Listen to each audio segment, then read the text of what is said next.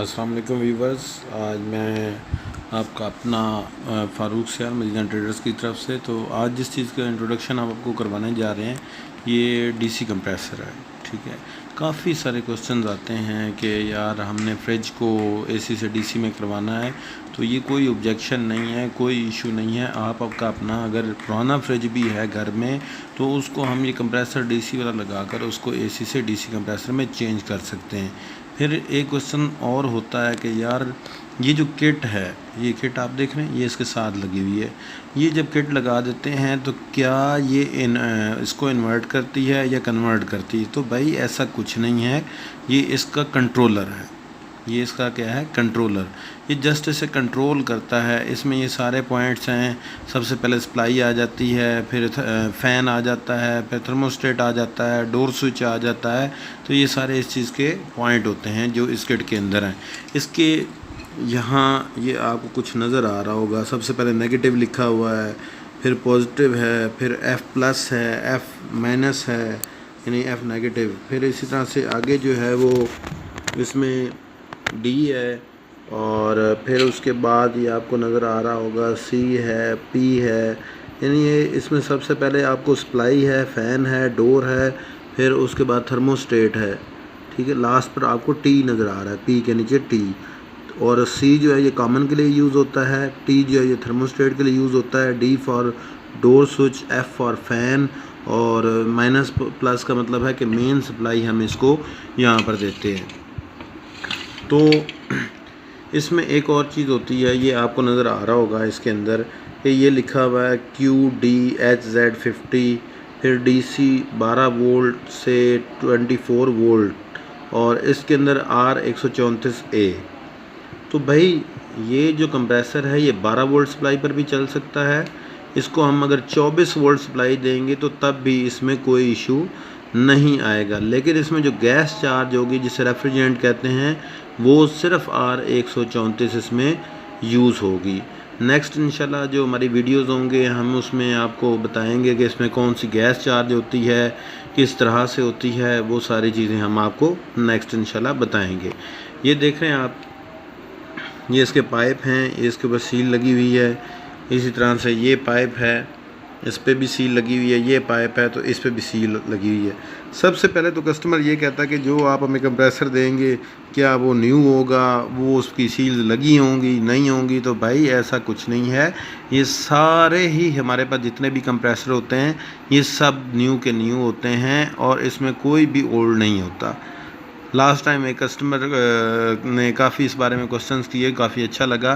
Questions करने चाहिए, ठीक है। जितने ज़्यादा क्वेश्चंस होंगे उतनी ही इंफॉर्मेशन ज़्यादा से ज़्यादा हम आपको दे सकते हैं। अगर एक कस्टमर क्वेश्चन ही नहीं करता तो उसको हम कुछ भी नहीं बता सकते।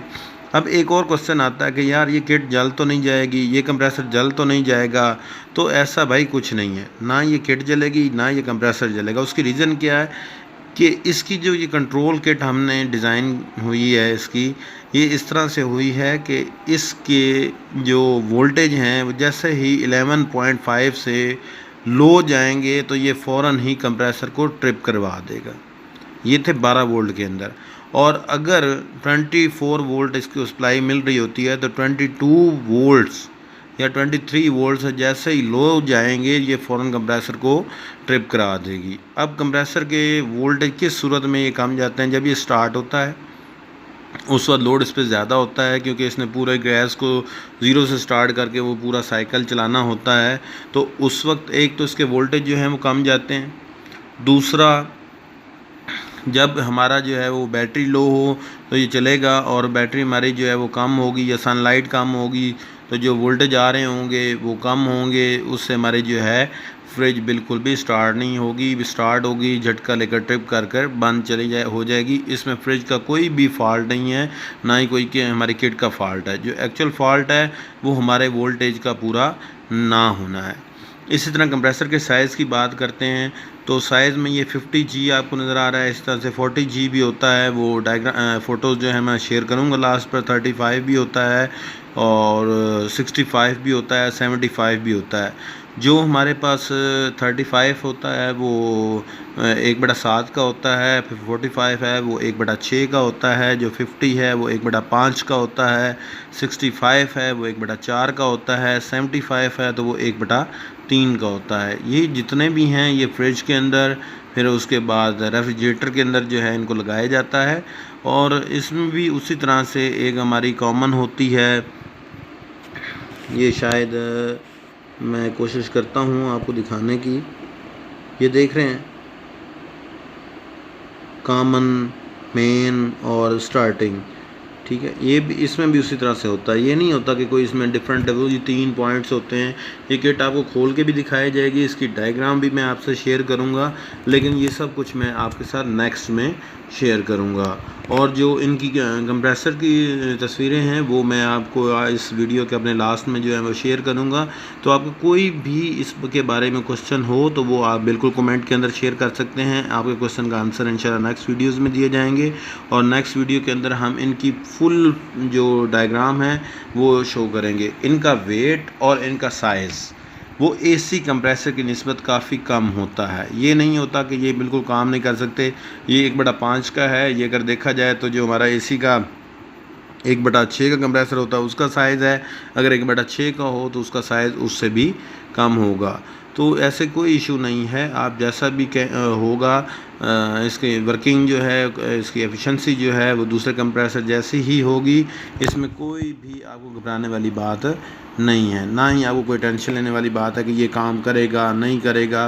तो ऐसा भाई बिल्कुल नहीं है, ये दूसरे कंप्रेसर से बेहतर काम करता है। दूसरे कंप्रेसर अगर 3 घंटे में हमारे फ्रिज को फुली कूल्ड करता है तो ये 2.5 घंटे के अंदर ये कूलिंग अपनी मुकम्मल कर लेता है।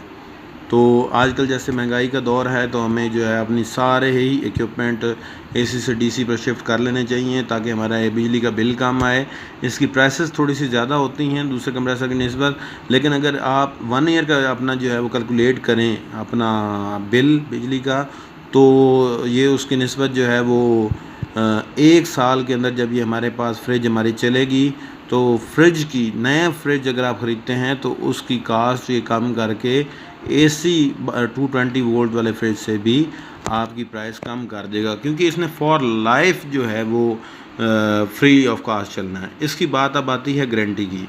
देखिए इसकी, ये चाइना का है, इसकी कोई गारंटी नहीं है, लेकिन अल्हम्दुलिल्लाह 3 ईयर्स से ये जो है इसमें कोई भी नहीं, इसमें किसी किस्म की भी फॉल्ट नहीं है, कोई इशू नहीं है। तो इसकी अल्हम्दुलिल्लाह कोई किसी किस्म का भी कंप्लेंट नहीं है। तो इसलिए आप इसमें परेशान होने की ज़रूरत नहीं है। ये कितना चलेगा कितना नहीं चलेगा, हमारे पास इसकी फ़िलहाल तक कोई भी किसी किस्म की कंप्लेंट रिकॉर्ड नहीं हुई।